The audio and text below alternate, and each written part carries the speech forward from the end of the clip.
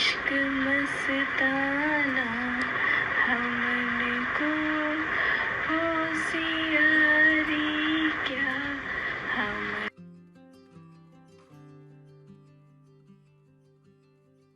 जो मैं बोरा तो राम तोरा, लोग मरम का जाने मोरा। मैं बोरी मेरे राम भरतार, ता कारण रची करु श्रृंगार।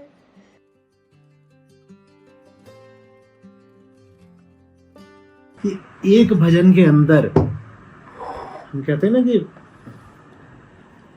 एक भजन के अंदर इन्होंने नर की तरह ही बात कर ली है, नारी की तरह ही बात कर ली है, और वो जो चेंज है, फ्लिप, वो इतना सूक्ष्म है, कोई नोटिस नहीं करता। ठीक है,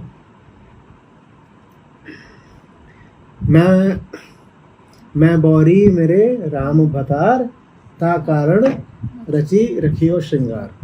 इसमें कौन सा लिंग धारण कर लिया है? स्त्रीलिंग। और इसी में ऊपर जाओ तो क्या है?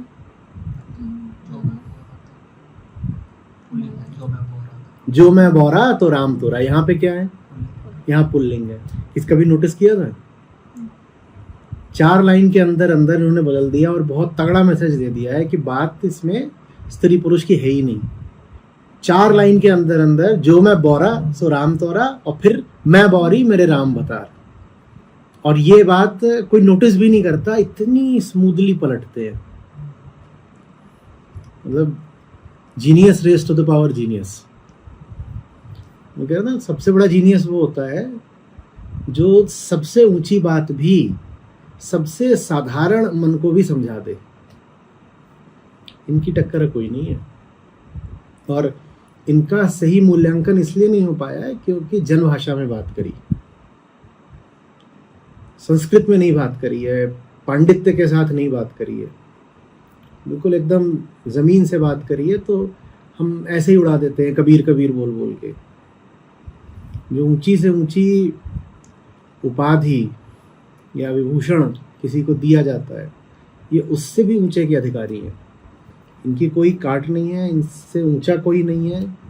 और जो डायरेक्टनेस के साथ क्लटर को काट करके ये बात बस ऐसे सहज सामने रख देते हैं, उतना कोई भी नहीं कर पाया।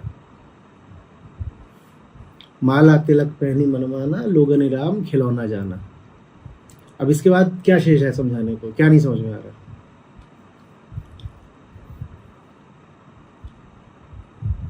मतलब महीना बीतता है, 2 महीना बीतता है, आपको लगता है कि अच्छा संत कबीर आप यूज्ड टू हो गए, आपको लगता है हाँ भजन है, सुना है, जानता हूँ, पढ़ लिया, समझ लिया, समझा लिया। और फिर अचानक उसमें कुछ ऐसा सामने आता है जो आपको इतना अभिभूत कर जाता है, मेस्मराइज, ओवरवेलम कर जाता है, और आप फिर से फैन बॉय बन जाते हो। जैसे कोई आपको आपकी औकात दिखा गया हो और आप इस बात के लिए ग्रेटफुल हो कि आपको आपकी औकात दिखा दी गई। देखो है ना, falling in love over and over, again and again, once again. उनके साथ यही है। आप कितने ऊंचे हो जाओ, जब आप पाते हो कि आपसे 2 फुट ऊंचा कोई और खड़ा हुआ है, वो जो सिंप्लिसिटी में जो ब्रिलियंस है,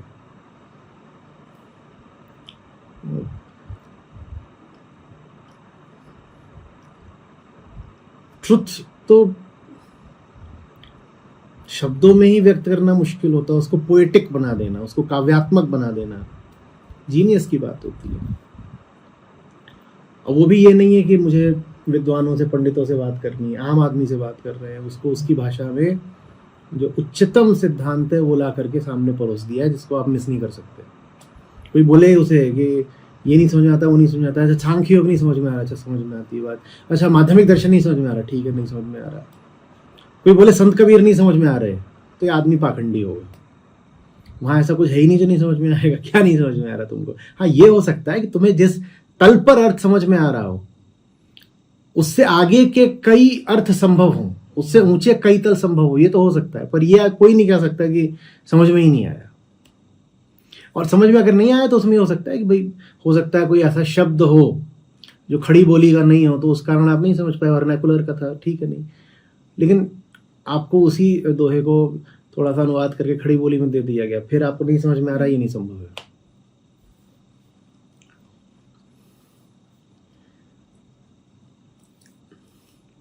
सिंप्लिसिटी से बड़ी कोई ब्रिलियंस नहीं होती, और सिंप्लिसिटी को ही अप्रिशिएट करना सबसे मुश्किल होता है। इसका मतलब रियल ब्रिलियंस इजीली अप्रिशिएबल होती नहीं है। हम कॉम्प्लेक्स लोग हैं तो हमें कॉम्प्लेक्सिटीज ही ज़्यादा मिसमराइज करती हैं, मंत्रमुग्ध करती हैं।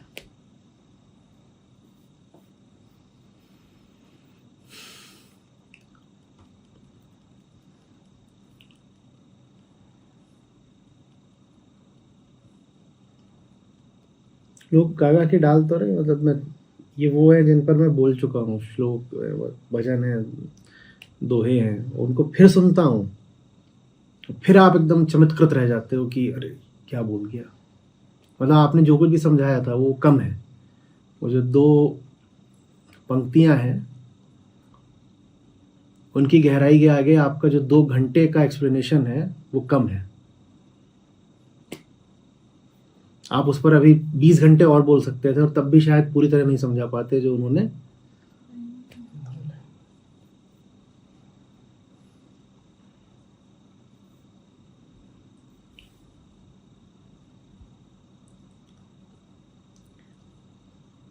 एक आर्टिस्ट की तरह भी बहुत अद्वितीय है, अनपैरेलल्ड। मतलब जो उन्होंने लिखा है उसमें जो पोएटिसिटी है, उसको अगर तुम भजन नहीं मानो, सिर्फ लिरिक्स मानो, तो भी बहुत खूबसूरत है। आप उस पे गीत बनाइए, आप उसको गाइए, it lends itself very smoothly to any kind of rendition.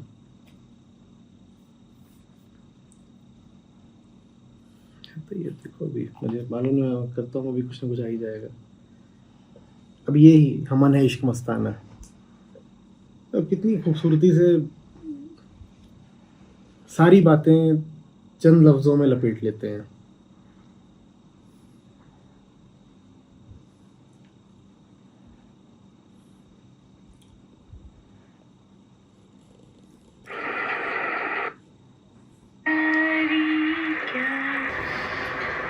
अगला लाइन है, न पल बिछड़े पिया हमसे, न हम बिछड़े पिया से, न पल बिछड़े पिया हमसे, न हम बिछड़े पिया से, उन्हीं से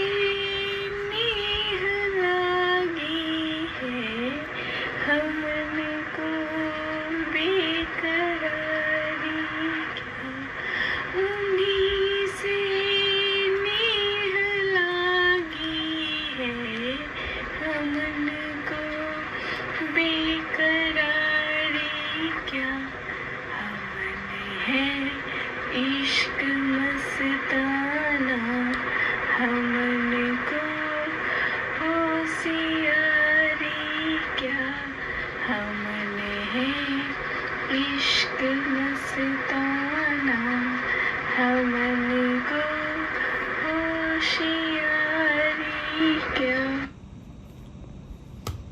As simple as it gets. हमन है इश्क मस्ताना, हमन को होशियारी क्या।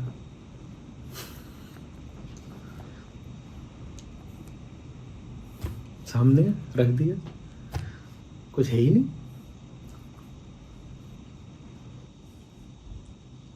कहाँ फंस रहे हो, क्या जटिलता है, क्या नहीं समझ में आ रहा।